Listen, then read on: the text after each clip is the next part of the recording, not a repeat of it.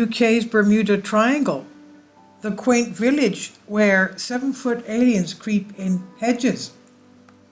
The village is nestled into a sleepy corner in the South Welsh coast, but residents for decades reported sightings of extraterrestrials as well, with sightings now featuring in an exciting new documentary. Broadhaven is tiny. It's a seaside town in Wales, far southwest, with no train station and only a few bus services. With a population of more than 1,000 people, the village rarely sees much in the way of drama. That is, apart from the occasional flying saucer, 7-foot alien, and cigar-shaped UFOs. What Broadhaven lacks in size, it makes up for the bizarre and is today one of the UK's hotspots for extraterrestrial sightings. And now a new Netflix documentary is exploring the unlikely story of Broadhaven, retelling the stories of those who witnessed the unimaginable in the late 70s. Encounters, created by Steven Spielberg's production company, follows a number of residents who, across a single year, made a number of UFO sightings. They range from weird to the downright absurd, and all came with the backdrop of the Cold War 1977. Distrust and paranoia between East and West was at its peak back then, and fantastical films like Star Wars and Close Encounters of the Third Kind, the latter made by Spielberg, were hits with the public. Back in the 70s, the BBC sent camera crews to Broadhaven to quiz the locals on what exactly they had seen. One child told the broadcaster at the time the spaceship looked like a cigar shape with a dome on it with yellow, orange, red, and lights on top of it. More eerily, another child said he did not see a spaceship, but something perhaps more sinister. He said, "I saw a man, but I couldn't see its face because it was too far away." More than 45 years later, the 10-year-olds who first reported the UFO sighting stand by their stories, slapping down any suggestion that their imaginations had got the better of them. One 57-year-old, David Davies, said he was initially skeptical when his friends at school claimed to have spotted a spaceship in the village. He said, "I totally regarded the story as being nonsense, as to me, flying saucers didn't exist. They were in bad 1950s science fiction movies or in tabloid newspapers," he said.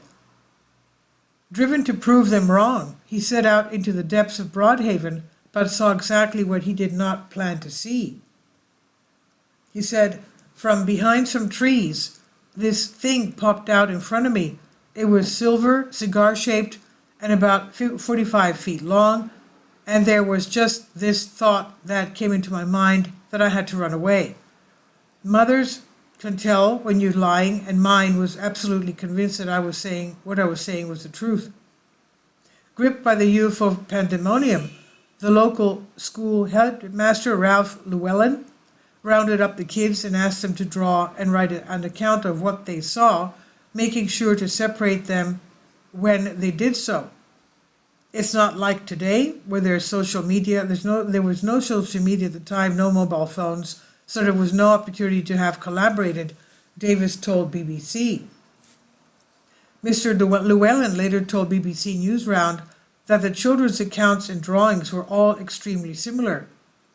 The first sightings were made on the school field, and as the media descended on Broadhaven, other locals too reported close encounters with otherworldly vehicles and extraterrestrials. Months after the school sighting, hotel owner Rose Granville reported seeing a spacecraft just as she settled down for bed. She said she looked through the window and saw this thing sort of hovering. Her daughter Francine told Encounters, "These two figures came out of it and they looked a little unsteady." She said they have very long arms and legs and no facial features, and that the spaceship had left scorch marks on the ground from where it had landed. A later release of the government's so-called X-Files showed that Rose had written to her local MP, in which she said the event had left me, she said, greatly agitated and disturbed, and not the least bit desirous of another encounter. A month or two later, Mark Morstan, who lived a few miles around the Morlos Peninsula, claimed not only to see a spaceship, but that he had come face to face with a creature. Claiming he saw an upside-down saucer in a glow during a walk alone near his house, he said, "This thing stepped out of the hedge. It was a good 7 feet tall. It had a silver suit with a motorbike visor as a face. I thought, that's not a man. No way this is a man," he said. "It started walking towards me and I thought, this is not happening. I was quite scared. I kept walking, so I legged it." The next day, Mark returned to the site with his dad, and he said they found a huge footprint in the mud, too big to be an ordinary man, with his uncle later telling a TV reporter that they saw an 8-foot featureless silver figure outside their farmhouse. This is on Express UK by Joel Day. Please leave your comments, and thank you for your support. Support my Patreon account. The daily posts are 5 videos daily, and they are totally different from what I have on my YouTube channel.